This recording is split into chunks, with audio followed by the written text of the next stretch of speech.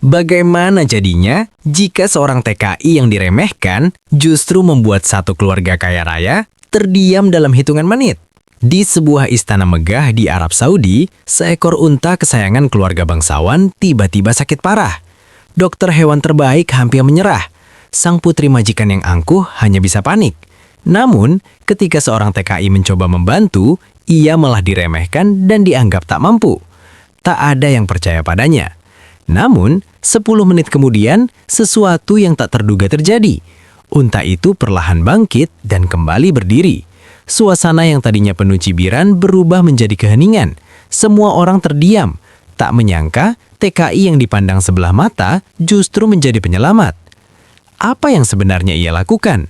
Sebelum kita masuk ke kisah lengkapnya, jangan lupa like video ini dan tulis di kolom komentar kamu menonton dari kota mana. Kalau sudah, langsung saja kita saksikan ceritanya. Di sebuah kawasan elit di pinggiran kota Riyadh, Arab Saudi, berdiri sebuah rumah megah bak istana kecil di tengah gurun.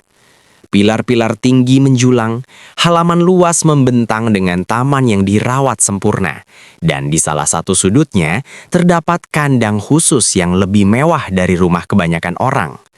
Di sanalah tinggal keluarga terpandang yang dikenal kaya raya dan disegani.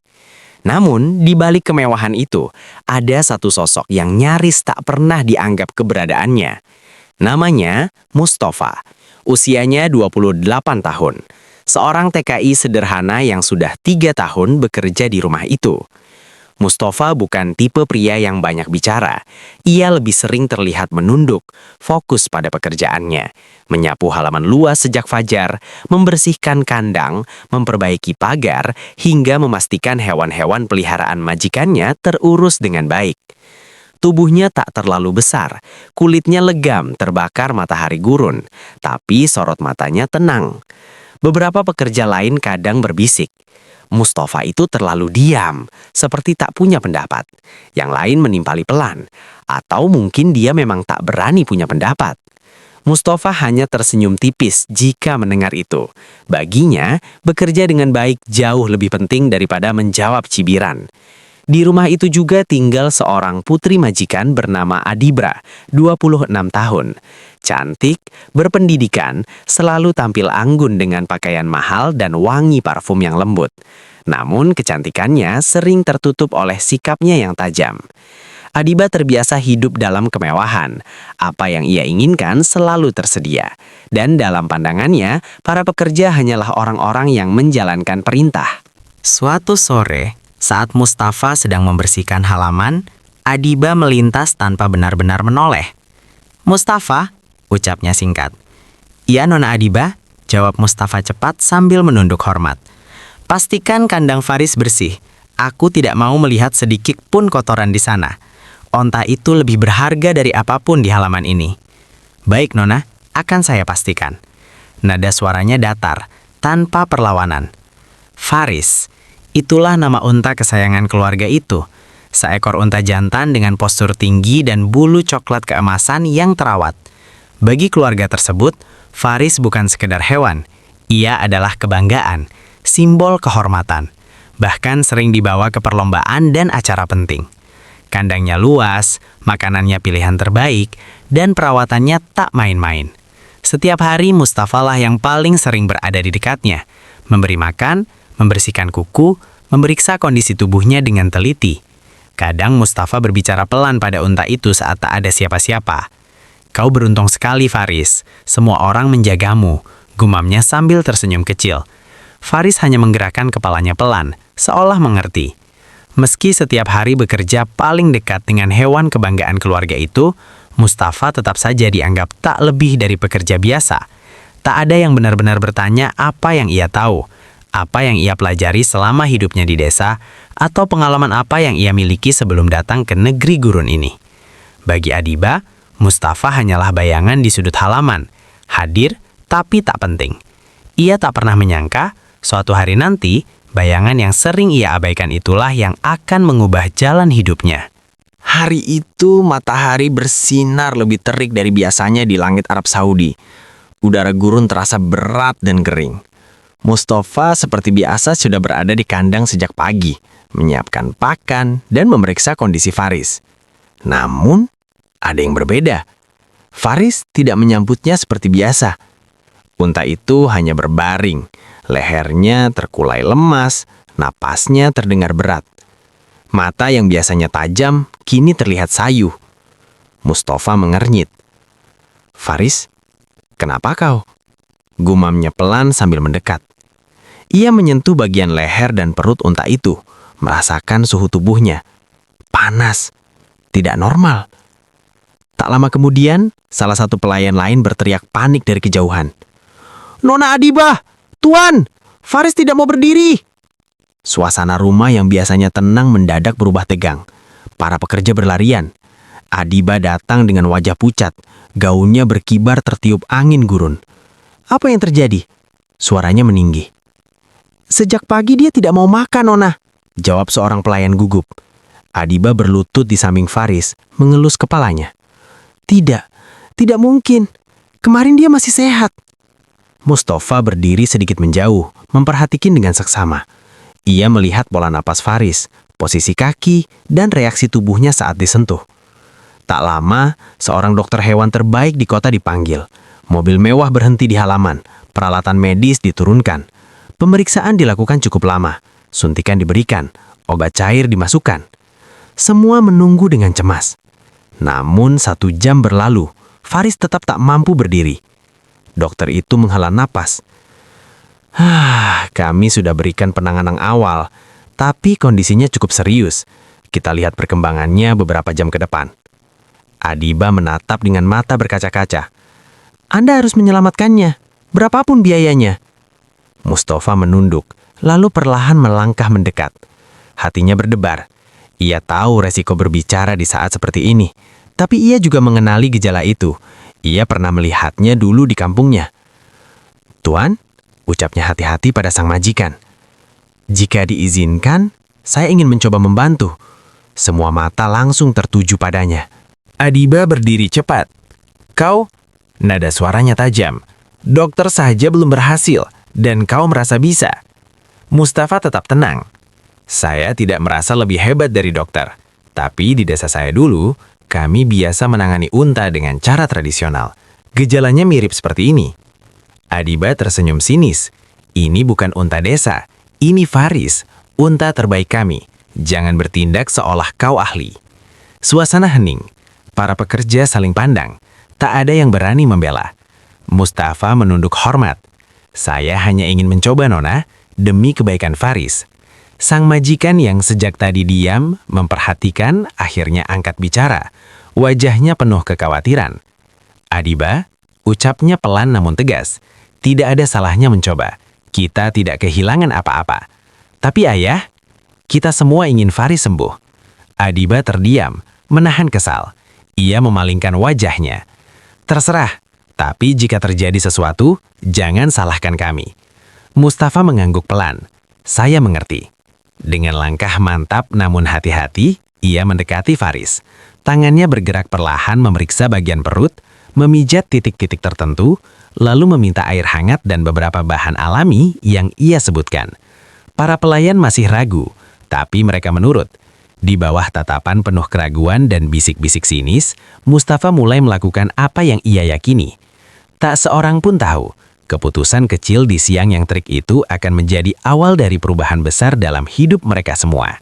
Halaman rumah mewah itu mendadak sunyi. Angin gurun berembus pelan, membawa butiran pasir tipis yang berputar di udara Arab Saudi. Semua mata tertuju pada satu pemandangan yang sama. Mustafa masih berlutut di samping Faris. Tangannya bergerak tenang, memijat perlahan bagian perut onta itu, lalu memberinya ramuan hangat yang telah ia racik dari bahan sederhana. Ia berbicara pelan, hampir seperti berbisik. "Tenang, Faris. Keluarkan saja anginnya. Pelan-pelan." Adibah berdiri beberapa langkah dari sana. Kedua tangannya terlipat di dada. Tatapannya penuh keraguan. "Ini tidak masuk akal," gumamnya pelan. "Kita sudah panggil dokter terbaik." Beberapa menit berlalu. Keringat mulai membasahi pelipis Mustafa, tapi raut wajahnya tetap fokus. Tiba-tiba, Faris mengeluarkan suara berat dari tenggorokannya. Tubuh besarnya bergerak sedikit. Salah satu pelayan terkejut. Dia bergerak! Semua spontan mendekat. Faris mencoba mengangkat kepalanya. Nafasnya yang tadi berat kini terdengar lebih teratur.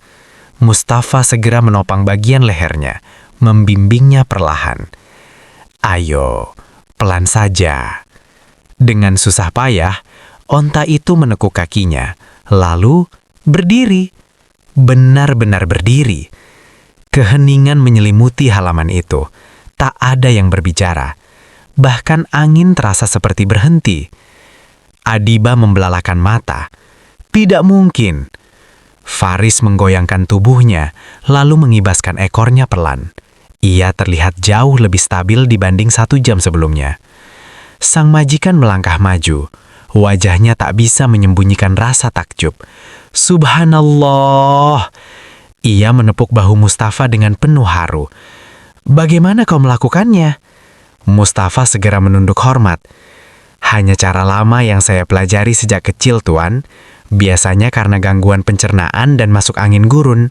Jika dipijat dan diberi ramuan hangat, insya Allah membaik. Sang majikan mengangguk-angguk kagum. Dokter dengan peralatan lengkap belum tentu bisa secepat ini. Para pelayan mulai berbisik, tapi kali ini bukan dengan nada meremehkan. Wajah-wajah yang tadi sinis kini dipenuhi rasa hormat. Adiba masih terpaku. Ia memandang Faris, lalu memandang Mustafa. Ada campuran antara tidak percaya dan gengsi yang tertahan. Sang majikan tiba-tiba tertawa kecil. Suasana tegang pun sedikit mencair. Mustafa, katanya setengah bercanda namun terdengar serius. Kau telah menyelamatkan yang paling berharga di rumah ini. Kalau begitu, apa yang bisa kuberikan sebagai balasan? Mustafa cepat menggeleng. Saya hanya menjalankan tugas, Tuan. Namun sang majikan melanjutkan dengan nada ringan. Bagaimana kalau aku menjodohkanmu dengan putriku? Kalimat itu seperti petir di siang bolong. Para pelayan terdiam. Beberapa bahkan hampir tersedak nafasnya sendiri. Ayah! Suara Adiba meninggi tajam. Apa maksud ayah? Sang majikan tersenyum lebar. Kenapa tidak? Dia pekerja keras, tenang, dan jelas punya kemampuan yang bahkan tak kita sangka. Dia hanya pekerja, potong Adiba tanpa sadar. Suasana kembali membeku. Mustafa menunduk lebih dalam. Tuan, Nona, saya tidak pernah bermaksud. Tapi sang majikan mengangkat tangan, menghentikannya. Aku hanya bercanda. Atau mungkin tidak sepenuhnya bercanda.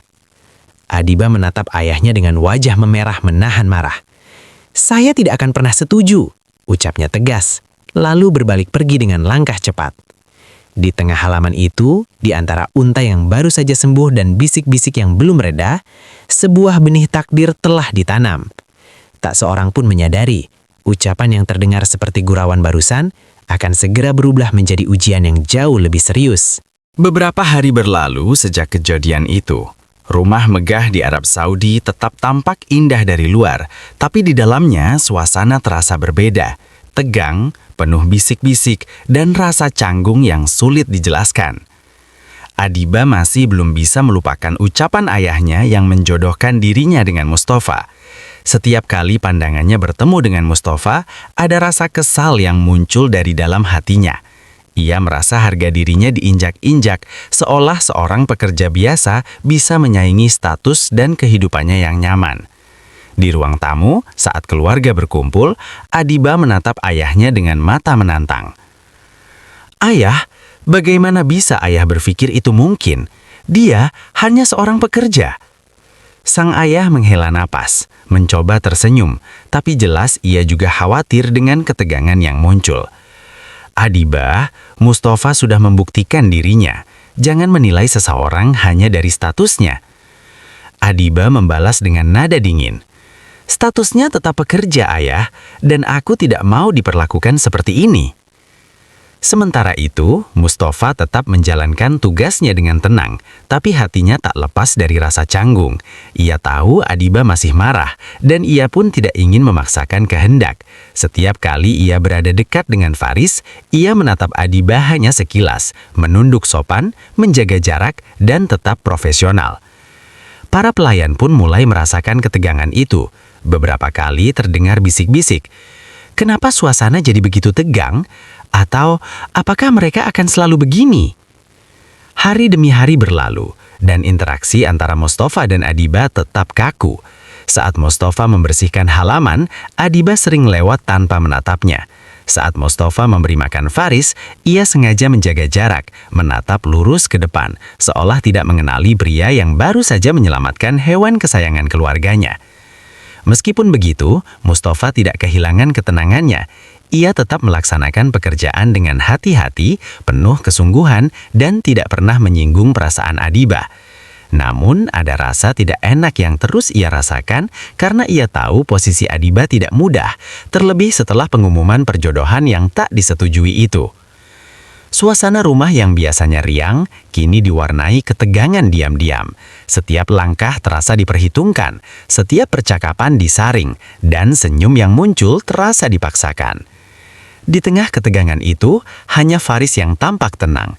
Dengan matanya yang besar, unta itu menatap Mustafa seolah memahami apa yang sedang terjadi. Mustafa hanya tersenyum tipis, mengelus kepala Faris, dan berkata pelan, "Sabar ya kawan, semuanya akan baik-baik saja." Namun, siapa sangka, ketegangan yang panjang ini akan segera berujung pada ujian emosional yang jauh lebih berat ketika Faris kembali jatuh sakit dan seluruh harga diri Adiba berada di garis batas. Beberapa hari setelah ketegangan itu, suasana rumah kembali digemparkan oleh kabar buruk.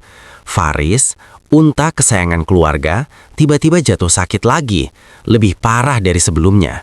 Mustafa sedang memeriksa halaman ketika seorang pelayan berlari panik. "Tuan, Nona Adiba, Faris, dia tidak mau berdiri." Mustafa segera berlari ke kandang. Tubuh unta itu lemah, nafasnya tersengal-sengal dan tubuhnya gemetar. Hatinya menegang.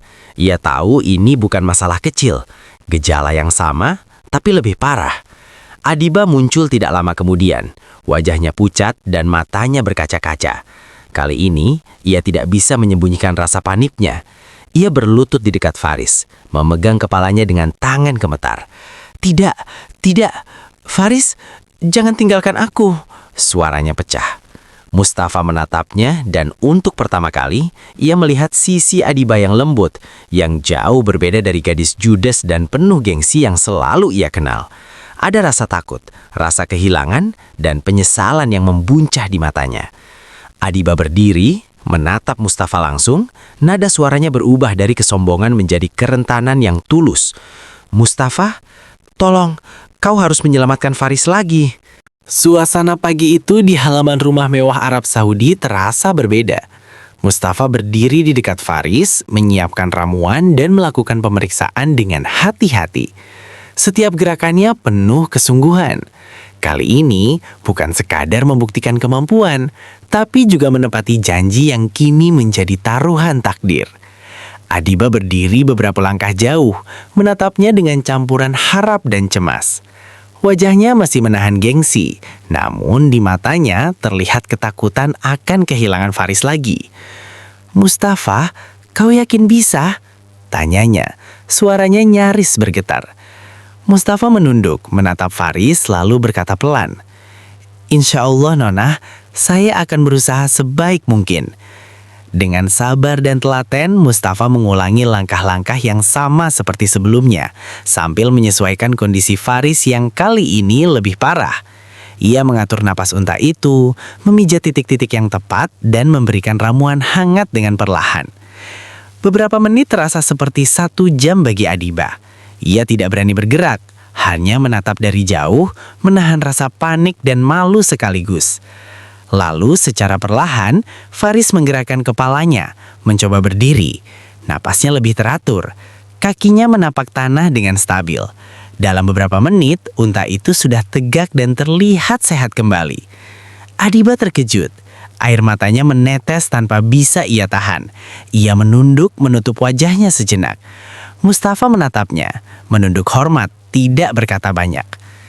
Ini luar biasa, kata sang ayah sambil senyum lega. Mustafa, kau benar-benar menyelamatkan Faris, dan janji sudah tidak bisa ditarik kembali. Adiba menatap Mustafa dengan rasa campur aduk. Rasa hormat muncul, api gengsi dan kebingungan masih menghiasi raut wajahnya. Beberapa minggu kemudian, pernikahan Mustafa dan Adiba dilangsungkan. Upacara sederhana namun penuh makna.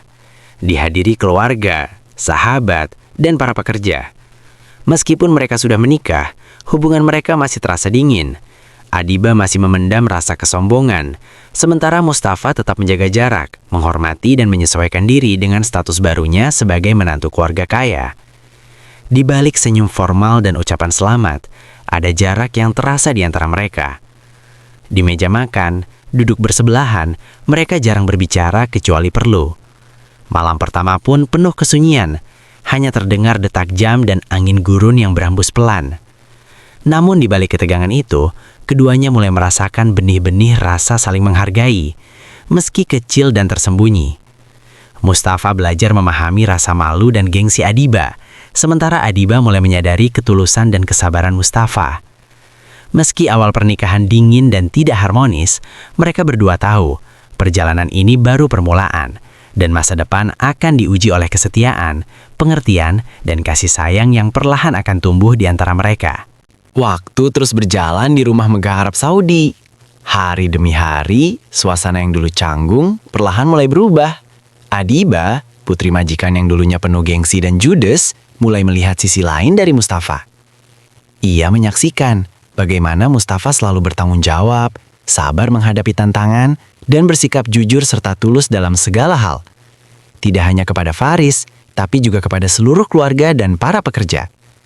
Perlahan, hati Adiba yang dulu keras mulai melunak.